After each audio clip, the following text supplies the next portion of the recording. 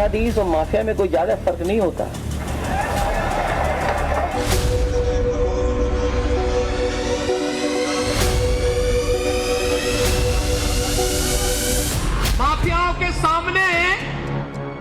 माफियाओं के सामने नाक रगड़ने वाला व्यक्ति, दंगाइयों के सामने घुटना टेकने वाला व्यक्ति आज भारत की संत परंपरा को माफिया कहता है।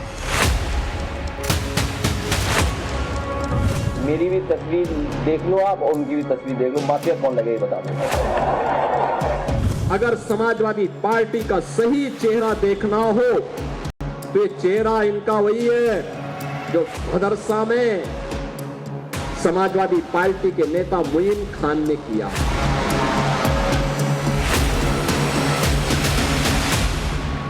जो क्रोध करेगा वो योगी नहीं हो सकता, इसलिए मठाधीश मुख्यमंत्री हैं। ये उनके संस्कार हैं। लगता है औरंगजेब की आत्मा इन लोगों के अंदर घुस गई है और फिर से इनको हिंदू विरोधी आचरण के लिए उनको फिर से प्रोत्साहित कर रही है। मठ, महंत, मठाधीश और माफिया की इर्द गिर्द परिक्रमा करती सियासत के बीच देश के सबसे बड़े सूबे के दो सबसे बड़े नेताओं के बीच इस वाक युद्ध में बेहिसाब तलखी है। नाम लिए बगैर बेहिसाब मारक क्षमता वाले शब्दों से प्रचंड प्रहार हैं और उसी अंदाज में, उसी तीव्रता के साथ पलटवार भी। जब भगवाधारी मुख्यमंत्री को लक्षित कर अखिलेश यादव भाषा के आसरे साधु संतों की परिभाषा गढ़ते हुए शब्द बाणों की बौछार कर रहे हैं, तब योगी आदित्यनाथ समाजवादी पार्टी के गुनाहों का हिसाब करते हुए खुद को कर्मयोगी साबित करने में जुटे हैं। ये लोग गरीबों की जमीनों पर कब्जा करते हैं, अराजकता फैलाते हैं, देशद्रोही तत्वों को अपने राजनीतिक स्वार्थ के लिए प्रश्रय देते हैं, अराजकता फैलाते हैं। और इसीलिए मैं कह सकता हूं बहनों और भाइयों कि जैसे कुत्ते की पूंछ सीधी नहीं हो सकती, वैसे ही ये समाजवादी पार्टी के दरिंदे जो बेटियों की सुरक्षा के साथ खिलवाड़ कर रहे हैं, ये कभी ठीक नहीं हो सकते। सख्त फैसला लेने के लिए विख्यात भगवाधारी मुख्यमंत्री कानून व्यवस्था के बहाने समाजवादी पार्टी के नेताओं का चरित्र चित्रण कर रहे हैं। अखिलेश यादव और उनके समर्थकों की मंशा की व्याख्या कर रहे हैं तो अखिलेश यादव योगी को कुछ यूं घेर रहे हैं।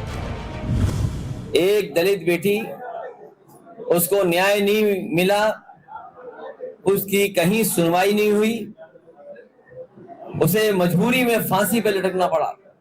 लेकिन ये बात भी है कि फांसी पे लटकी है कि लटकाई गई है, अभी भी उसका खुलासा नहीं हुआ है।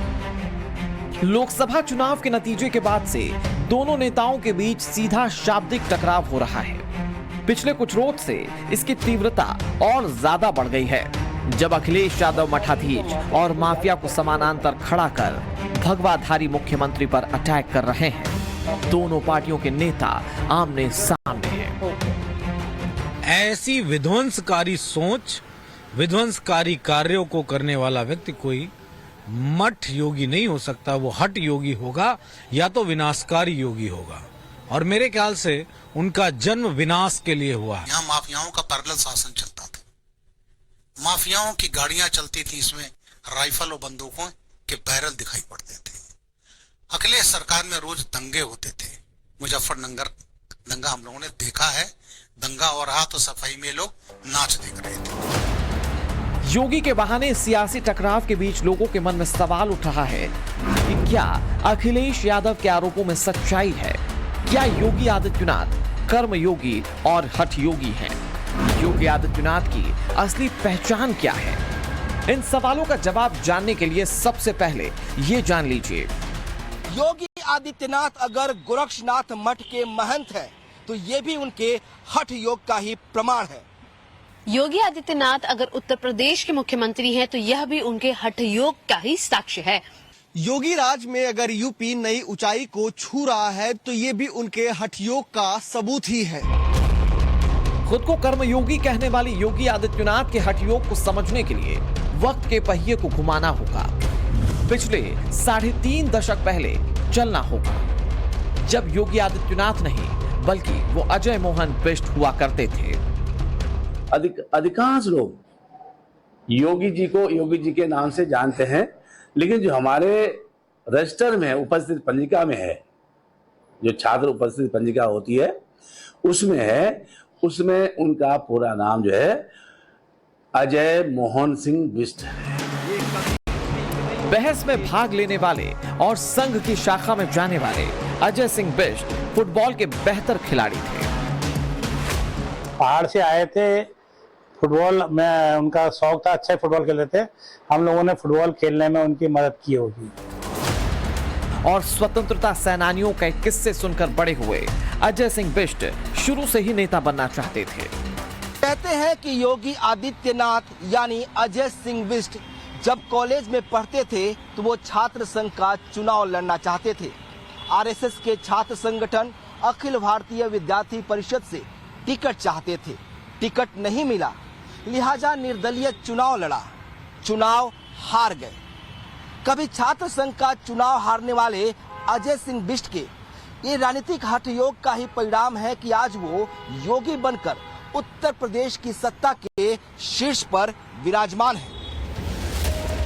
कहते हैं कि अजय सिंह बिष्ट जब गढ़वाल के श्रीनगर स्थित हेमवती नंदन बहुगुणा यूनिवर्सिटी में पढ़ते थे तो इस दौरान उनकी मुलाकात महंत अवैधनाथ से हुई थी। योगी पर लिखी एक किताब के मुताबिक 1992 में अजय सिंह बिष्ट के कमरे में चोरी हो गई थी, जिसमें एमएससी के दाखिले के लिए जरूरी कागजात भी चोरी हो गए थे। दाखिले के सिलसिले में मदद मांगने के लिए ही बिष्ट पहली बार महंत अवैधनाथ से मिले थे और फिर महंत अवैधनाथ के शब्द, उनके तर्क, उनकी बातें अजय सिंह बिष्ट के दिलो दिमाग में उतर गई।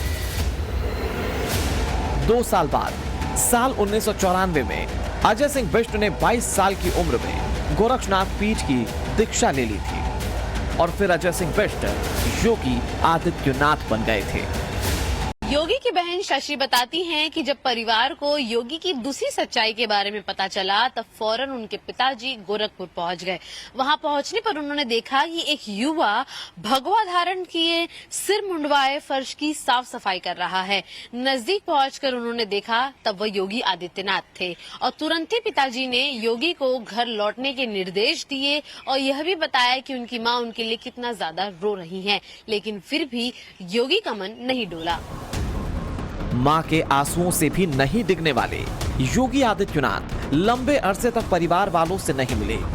यहां तक कि योगी के पिताजी की मौत हो गई थी तो वो उनके अंतिम संस्कार में नहीं पहुंचे थे।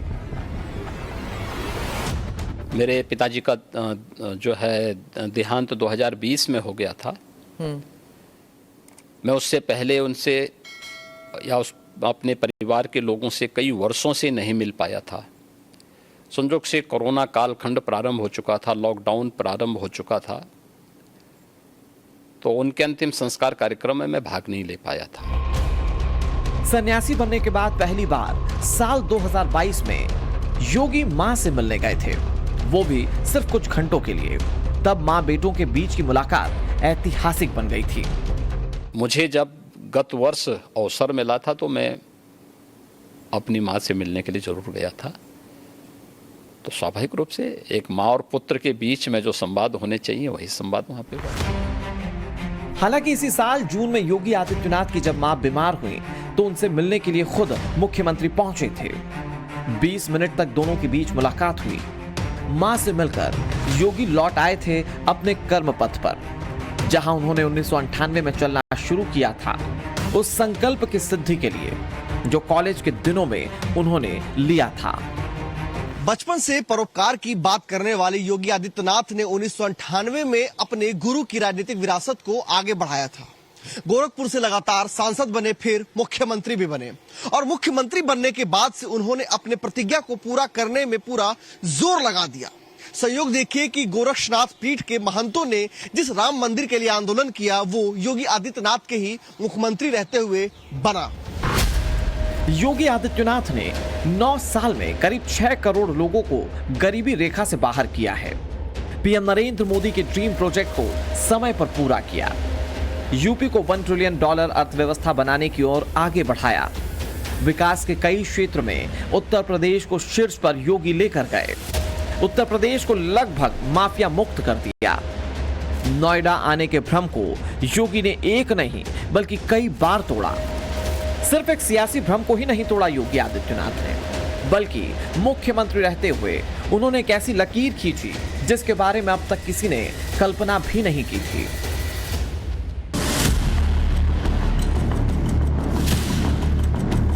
मैं यहां नौकरी करने नहीं आया हूं, कतई नहीं। मुझे प्रतिष्ठा प्राप्त करनी होती है तो मुझसे से ज्यादा प्रतिष्ठा अपने मठ में मिल जाती है।